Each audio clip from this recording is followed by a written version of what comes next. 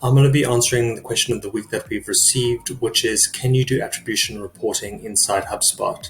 Good news is yes, there's two types of attribution reporting that you can do, and I'm going to be taking you through both.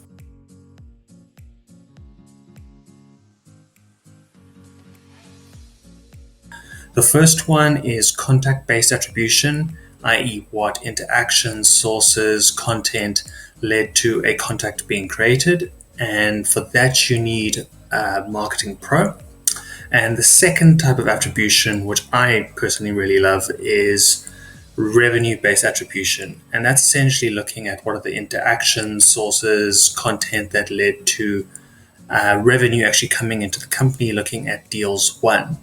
Now, if you have Marketing Pro or Marketing Enterprise and you want to know how to create an attribution report, all you need to do is go under your reports and you will see under one of the report types as attribution, and you should see the two types of reports.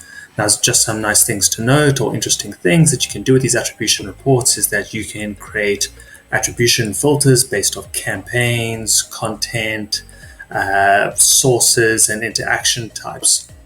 And what's also really nice is it's not just one type of attribution that you can set it as. You can set first touch, last touch, linear, which is essentially every touch point gets an equal contribution, acknowledgement, a U-shaped attribution model, which is essentially 40% of the attribution goes to the first touch, 20% goes to everything else, and 40% goes to the last touch, and time decay.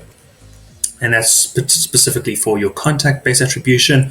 When it comes to deal-based attribution, you get all the above except time decay attribution. However, what you get in its place is W-shaped attribution.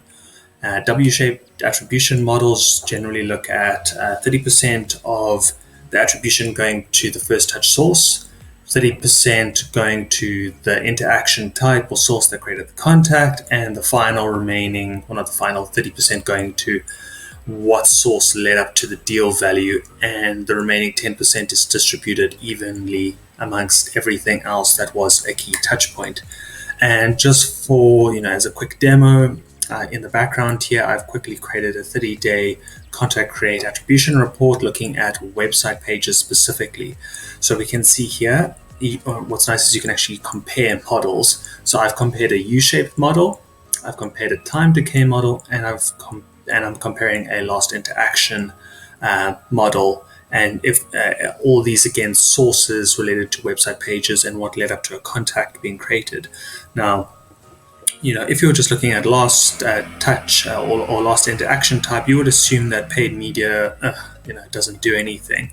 But if you actually use a time decay model, you can see actually this type of source in terms of creating a contact actually has a lot of value, in the beginning phases of the contact interacting with your website.